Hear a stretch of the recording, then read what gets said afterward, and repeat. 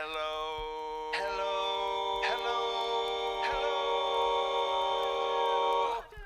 Hello, my name is Matthew West, and I'm the host of this podcast. It's called the Matthew West Podcast. I really hope you like it. Hello, his name is Matthew West, and he's the host of this podcast. It's called the Matthew West Podcast. He really hopes you like it. I really hope you like it.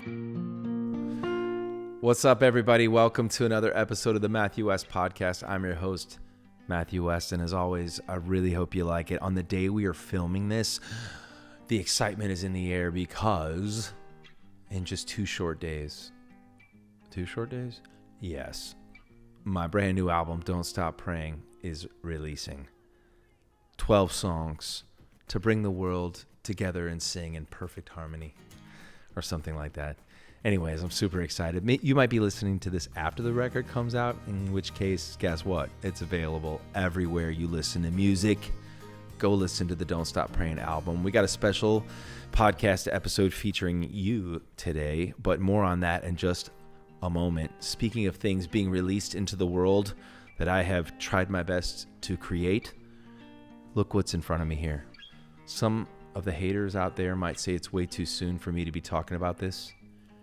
But this book is my brand new book, and it's called Come Home for Christmas. The official release date was actually September, but then my book publisher was like, it's too soon to promote a book. And I was like, well, then why did you schedule it to release in September? They're like, well, we needed it available in stores and on Amazon for the holidays, but we're really not going to promote the book until November, until closer to Christmas. And I was like, I get that. But then I had a genius idea, and I thought, what if I could find a genius way to promote this book and trick your minds into buying a Christmas book way too early for Christmas? And so that's why I'm doing reverse psychology on you, and I'm telling you, do not buy this book. I repeat, don't buy book. In fact, I feel so strongly about you not buying this Christmas book yet. I've created a website called don'tbuybook.com. And when you go to don'tbuybook.com, it's going to take you to a link to actually buy the book, because the point is this. I bought a book on reverse psychology, and I thought I was going to read it, and then I was going to implement those strategies to trick your minds into buying this book. But I only read the first few pages, and so I didn't quite master the art of reverse psychology. So go to don'tbuybook.com and don't buy book, okay? I feel like there's a scene in an Adam Sandler movie, I think it's Billy Madison, where he answers a question in a school final exam, and after his answer, the judge says, "We are all now dumber after hearing you speak." And that's how I feel like you're thinking after what I just said about don't buy a book. Anyways, Come Home for Christmas. It's out there if you want it. Or if you want to wait till Christmas, just wait till Christmas. So the point is, I'm having a hard time completing sentences because I'm just too excited. My brand new record is coming out. Our tour is about to begin shortly. You can get tickets for that. Now, don't buy tickets to the show, because that tour's coming. And you don't want to be the one who's sitting on the outside of the building, like banging on the door, like, let me in. And they're like, sorry, we sold all the tickets. So go to MatthewWest.com and get your tickets, because there's still a few available in some cities. But come on, people, come and see us, all right? We're celebrating. Most recently, I'll be celebrating the release right after the album comes out. I'm going to be in Houston, Texas with my friends at KSBJ doing a special album release party and concert. So if you live in the Houston, Texas area, come see me. But we're going to be in 17 other cities across the country this fall to bring you cheer during this crazy election season. So anyways, thanks for joining me today. I hope you guys are doing well. I'm here at the Story House. This is where all the music for the new record was born, where it was created. And my team and I thought it would be fun to take your questions today in anticipation of the release of the brand new album. And boy, did you guys submit some questions. Holy cow. You're very inquisitive, I believe is the word, inquisitive. 4-syllable word I'm dropping on you here at the Matthew West Podcast. Was that the right use of that word? My team's in the background. Inquisitive? Very loquacious of me to use the word inquisitive. Lots of you, we reached out. I think it was on our text list, right? What is the number for if people want to join my text list and get text messages from me? I don't often enough tell you about my social media channels, but if you want to follow on the text community, the phone number for that is, I've got Ashley from my team sitting in the background and Sarah from our team. I've got an awesome team, and they're helping make this podcast and everything else I do stay afloat. But do we know the number? It's 615 257 257 9557. 9557. And what do they do? Just text that number? What do they say? Just say, hey, I'm going to opt in for your text messages. Just say, hey, I want to opt in. So again, the number is 615 257 9557. And to those who already follow in the text community, thank you. We send some exclusive stuff their way. And we reached out specifically to the text community, but do these questions come from other places as well? Instagram, maybe, Facebook, all over? A little bit of all over. So we're going to dive into your questions today. The first question comes from, well, this one's from Unanimous. How long did it take you to make the Don't Stop Praying, and why did you make it? Well, that's two questions, so you're disqualified. First of all, you also didn't submit your name, but let's see. I wrote the songs throughout the course of this year of 2024? For the first 3 or 4 months of the year, I was focusing on the songs. There were a couple of songs that were written in towards the end of 2023, but primarily in the early months of 2024, I was writing the songs, and then we recorded the album, and we began recording in May of this year, and we wrapped by the end of June because I was headed on a family vacation to Europe, which was epic. I got to tell you guys more about that. So we recorded pretty much between May and the end of June, about 8 to 10 weeks. Let's call it late April. And, of course, songs like Don't Stop Praying were the first ones written and recorded because that song was the first one to go on the radio. And of course, we released some songs in advance of the album launch. So Don't Stop Praying came out. 18 Summers came out. The song Chosen came out. Last Page of the Bible was the last song to come out, featuring Ann Wilson, and then 8 more songs on the new record. So let's see here. Another question from Anonymous. When is the record coming out? October 4th. It'll be available everywhere and anywhere you listen to music. You can also pick up autographed copies if you still like to collect CDs or whatever at MatthewWest.com. We've signed a limited amount of those albums there. Okay, this question comes from Amy C. How did you come up with the title Don't Stop Praying? Great question, Amy. I wrote the song Don't Stop Praying. That was pretty much the first song that I wrote that felt like, okay, this is the anchor of the album. It just felt like an anthem. It felt like a song for right now. It felt like the culmination of these last few years in our world of just going, can it get any worse than this? And it felt like every year kept saying, yes, it can. Watch this.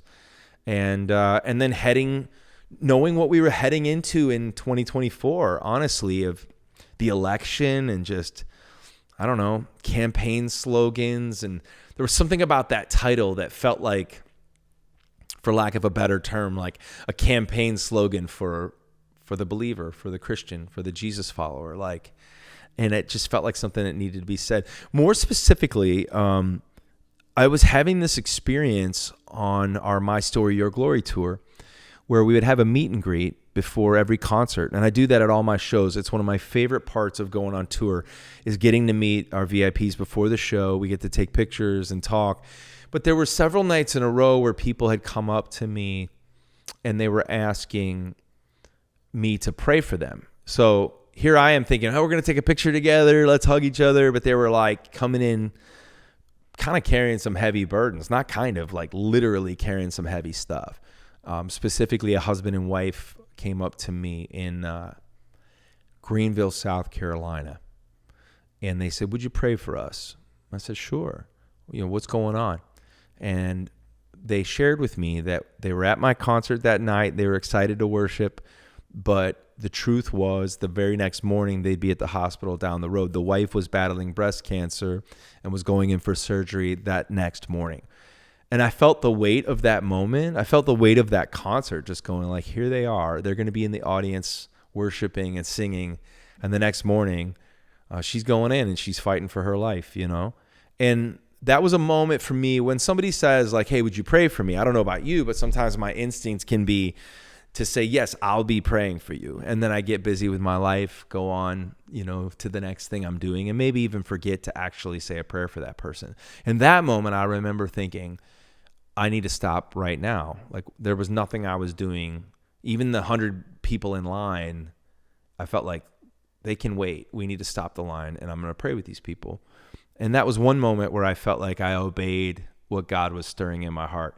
Sometimes I don't listen to that, but that was a moment I did, and we gathered together and we prayed together. And that was special to me. And so I think those moments are what, was stirring in my heart when I came up with the idea for a song called Don't Stop Praying. And the first line that came to me was, what's your impossible? The very first line of the song. What's your impossible? Your I need a miracle. What's got you barely even hanging by a thread? Like, who can't relate to that at certain moments in our lives?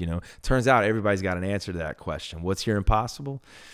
Well, raise your hand. Everybody's got an impossible that they're facing. So it's been cool to see people respond to that song. Thanks for your question, Amy. Kim had a similar question. Was there any particular event that triggered the writing of Don't Stop Praying? And I would say that's it. On a personal note, I would share with you, because, my story is infused into every song that I write, whether it's experiences I have with other people or what's going on in my own life. And there was one thing in particular that I had been, one person in particular, I've been praying for many years to come to know Jesus. And, I don't know if you've ever had a situation like where you've been praying for someone or something for a long time and just felt like you started to wonder if it just wasn't in the cards, like, well, maybe I'm praying for the wrong thing, or maybe that person's never going to change.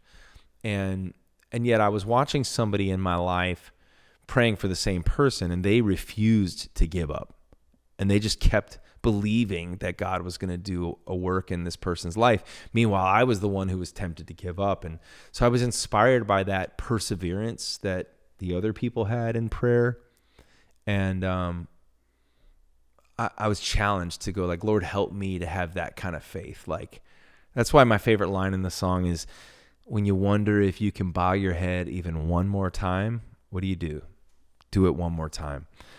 Despite your doubt, despite your maybe lack of faith, just keep praying, keep pounding on heaven's door. So that's kind of on a personal note, one of the things that spoke to me. Kim Nesbitt, let's see. No, I already just answered Kim's. We've got Diane H. said, I love the song Don't Stop Praying. Thank you, Diane. What other song do you really want to go on the radio? Great question. There are several on this record that I want to go on the radio. In fact, we were battling it out as a team back and forth. What should be the next song to go on the radio?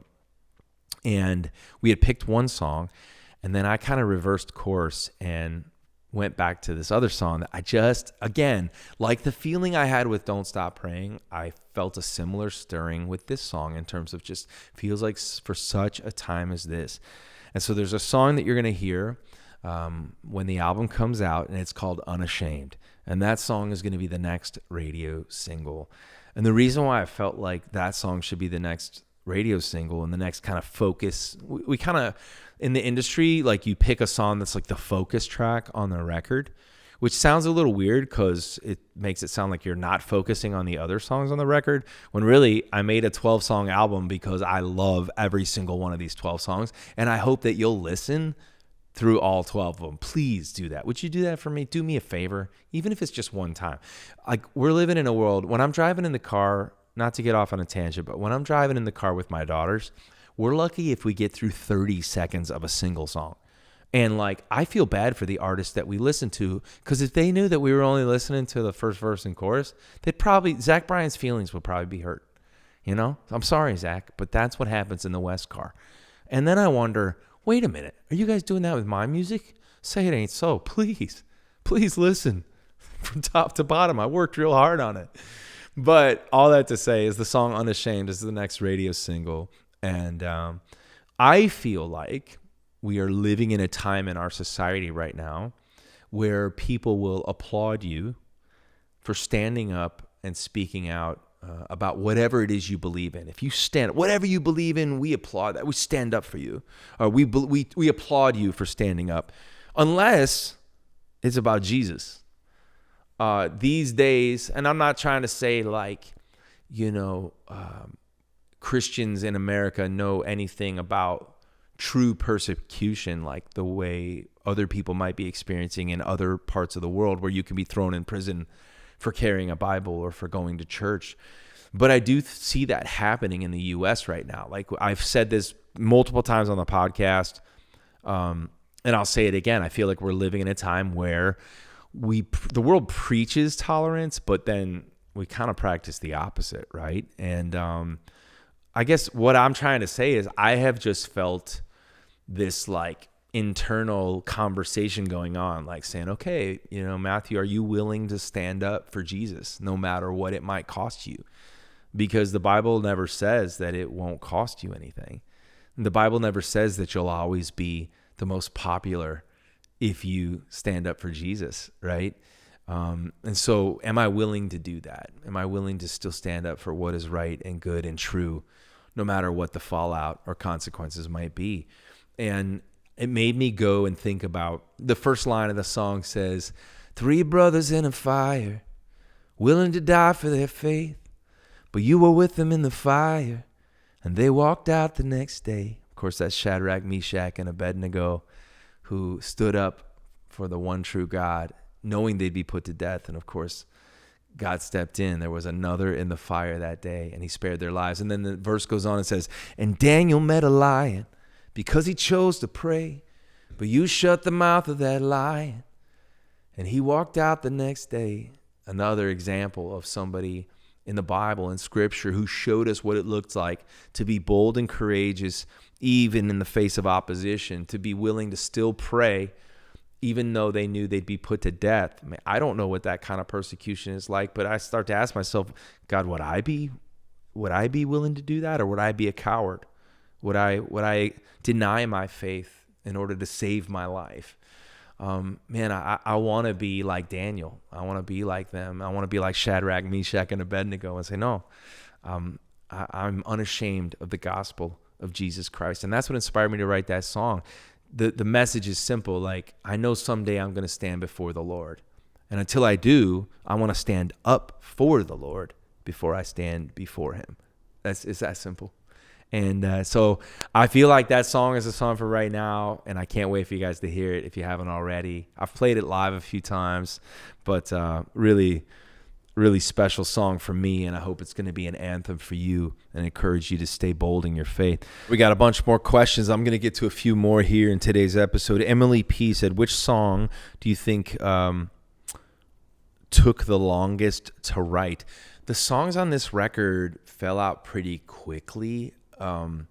Like in terms of like, I would sit down for a session and finish the song in that day. Like it was, and then I would tweak along the way. Like sometimes I'm tweaking even when I'm cutting the vocals for the song, just going, let's try this, let's try that. So really these songs, they were just like ready to be written and fell out. I would say, the songs that usually take the longest to write are the ones that I write by myself, because when I'm co-writing, it's like rapid fire bouncing ideas off of your co-writers. But there was 2 songs on the record that I wrote by myself, one called God's Hand and another one called The Place Only We Know. And I would say those probably took more intensive time, it was just me kind of by myself with my thoughts in my studio here. So probably those two took the longest to write, but I love the way they turned out. I hope you love them as much as I do. Tracy C said, which song are you most excited to share the story behind?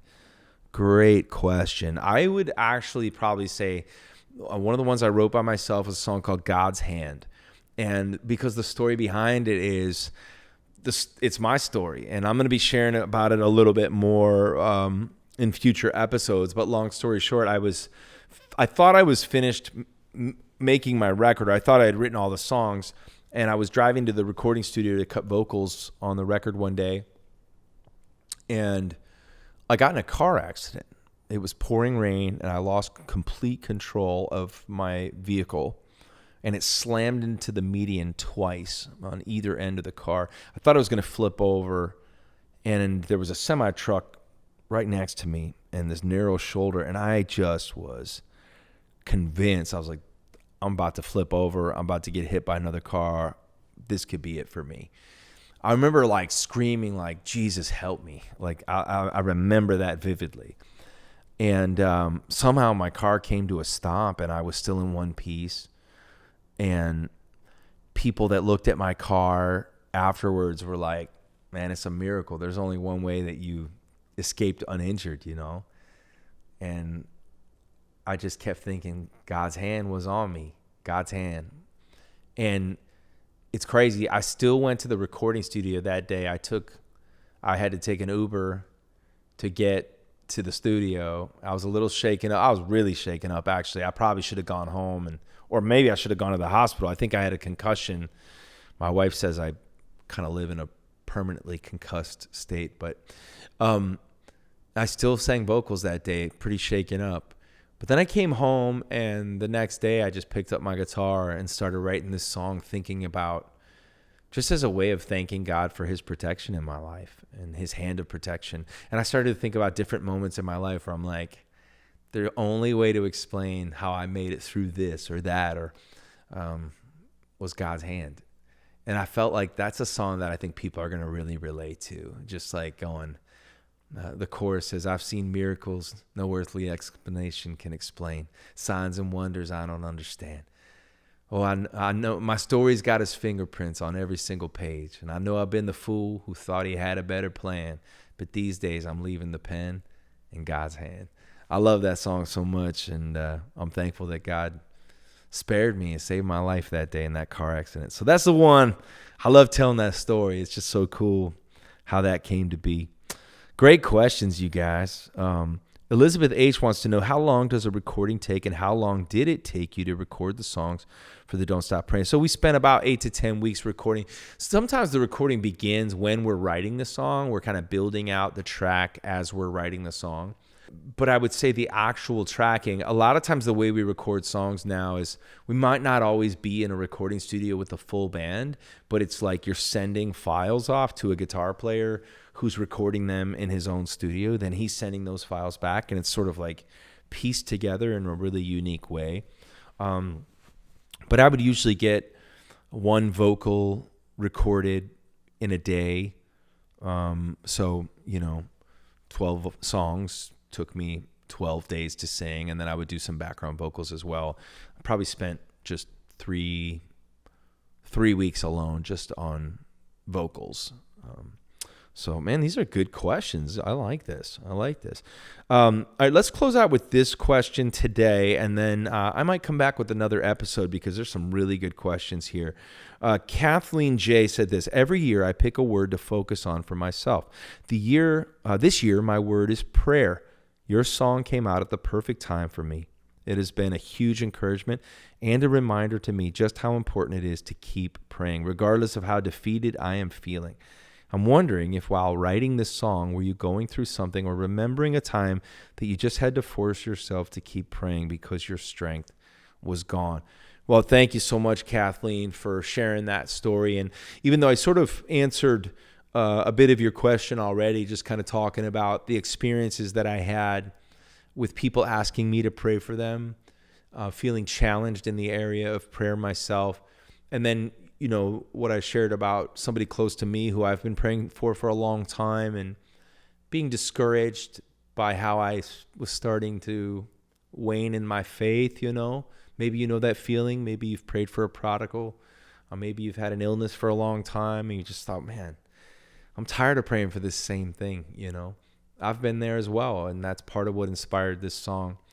I would say one of the things, just on a very personal note, that I think about when I listen back to the Don't Stop Praying song, and really to this record, one of the big themes going on under the surface internally for me in relation to prayer and these songs is I've spent a lot of my life in front of a camera, in front of a church as a preacher's kid, all the way back when I was little, in front of a microphone like I am today, in front of a crowd at a concert. What I'm trying to say is I've spent a lot of my life in public. And I felt like the whisper of the Holy Spirit one time recently, I feel like it was at least a prick in my heart by the Holy Spirit to say, perhaps you've gotten better at talking about Jesus than talking to him. I'll say it again. Like, have I gotten better at talking about Jesus than talking to Jesus? And that just kind of hit me deep, just going like, I don't want to be known as a public prayer who has a weak personal prayer life. That's why one of the songs on the record is so important to me is a song called The Place Only We Know. It's a reminder to go into your prayer closet and close the door and to pray when no one's looking, not just when everyone's looking, right? Because then you're more focused on the outward appearance than what's really going on inside. And that's been a big part of the story of my life, just saying, Lord, forgive me for the times that I've focused more on the outward appearance. Forgive me when I've gotten better at talking about you than actually talking to you. Forgive me when I say no to the invitation to spend time with you because I've allowed myself to become too busy, too self-sufficient, or I've allowed shame in my life to make me run and hide from you the way that Adam and Eve did. Whatever the reasons are that make us say, no, God, I'm good. I don't have time today, or whatever it may be. May we realize that there's nothing more important today and every day of our lives than to spend time with Jesus, our Heavenly Father, to run into his presence every day, to create immovable times where it's like nothing can come between me and my time spent with the Lord. And then to understand what it looks like not to just have a compartmentalized prayer time, but to have an ongoing walk and talk with Jesus. I have not perfected that, my friends. That's why I write these songs, because they're messages to remind me of what it looks like to persevere in prayer and to go deeper. There is no more significant conversation that you or I could have today, more significant than this podcast conversation or anything else on your to-do list, and mine included today, is spending time in conversation with God. So don't stop praying. So the message is not just for you, it's for me in a big way. I love these questions. Thank you guys so much. I'm going to come back. I'm going to answer in another episode some more of your questions because these are too good to pass up. Thanks so much. Celebrating the release of this new album, Don't Stop Praying. I hope you love it. Be sure to follow me on Instagram, Facebook, TikTok. Let me know what your favorite songs are on the record, and I hope it fires you up. I hope it brings you closer to Jesus. I hope you'll come and see me on the Don't Stop Praying tour this fall. Go make the most of the one life you get, and remember, it's your story for his glory. I'll see you next week. He's my dad. He gives good advice, and that's why this last segment of the show is called Dadvice. And here's his theme song. He is my dad, and he gives good advice. And that's why this segment is called Dadvice. Dad, thanks for joining me. The Don't Stop Praying album, all the different songs are like different forms of prayers that we can pray in our lives. And I know we've been talking a lot about this theme of don't stop praying. So send us out with some encouragement today. All right. And I can't wait for the album. Just every song's going to be powerful. And like I've said many other times before, Don't Stop Praying is my anthem right now. And it leads me to the prayer of Jehoshaphat. and the words I don't know. In 2 Chronicles 20, and I encourage everybody listening today, go look up 2 Chronicles 20 and do a word study and do a character study on Jehoshaphat. It would really encourage your spiritual walk. We read the prayer of Jehoshaphat. He says, our God will you not judge them? For we have no power to face the vast army that is attacking us. We do not know what to do, but our eyes are on you. And we'll come back to these verses. But today I want us to take a quick look at two people. The first one is my mom. And you know, my mom went to heaven, and you loved your grandma, and she loved you, and she gave you all kinds of jars of pennies that you'll never forget. You're rich with pennies. When my mom had a stroke and a heart attack, we almost lost her, but God had other plans and gave her 9 more years to live. Though confined to a wheelchair and barely able to verbally communicate with us, my mom brought many more years of joy, laughter, and love to us. One of my favorite memories of those years was the fact that she was able to put just a few words together, and they were usually the words, I don't know that. And you might remember that. If we ask her a question, she'd smile, make a little gesture with her hand and say, I don't know that. And then we'd all burst out laughing. We asked her doctor why out of anything she could have said was she only able to say, I don't know that. The doctor laughed and said it was probably because with raising 10 kids, it was one of her most often responses. I can see that now. Mom, where's my ball glove? I don't know. Mom, did you see where my homework went? I don't know that. And then to be honest, there have been way too many times in my life where I faced situations that called for answers and I was left with, I don't know. And I'm sure you have. And again, I've mentioned the prayer requests we receive all the time. And a lot of these prayer requests are people saying, I don't know what else to do. I need prayer. I need guidance. I don't know what to do. Maybe you said there's no money to pay the bills. I don't know what to do. The diagnosis is not in my favor. I don't know what to do. My marriage is in trouble. I don't know what to do. My mom's phrase, I don't know, reminded me of the prayer of Jehoshaphat. So let's look at Jehoshaphat real quick. He found himself in an impossible situation. 3 armies had united to come against him. A group of people came to warn him that a vast army was on its way to kill them. He was alarmed and resolved to inquire of the Lord. He proclaimed a fast and called all the people of Judah together. Then he stood up and proclaimed the greatness of God and told God what was happening. Again, 2 Chronicles 20. You're going to want to go there after you leave this episode today. In 2 Chronicles 20, verses 5 through 12, we read the prayer of Jehoshaphat. Again, right in the beginning, we read it. Our God, will you not judge them? For we have no power to face the vast army that is attacking us. We do not know what to do, but our eyes are on you. He prayed a simple, I don't know prayer. He said, Lord, I have no power. I don't know what to do, but my eyes are on you. And that's the clincher. And notice, the simple I don't know prayer brought a powerful response from God. The children of Israel were victorious. And 2 Chronicles 20:15 says, God said, do not be afraid or be discouraged because of this vast army, for the battle is not yours, but God's. Jehoshaphat won the battle. My advice for today is if you are facing a hard season, a diagnosis, a divorce, a prodigal, and you're struggling to pray one more time, pray the I don't know prayer. I don't have any power.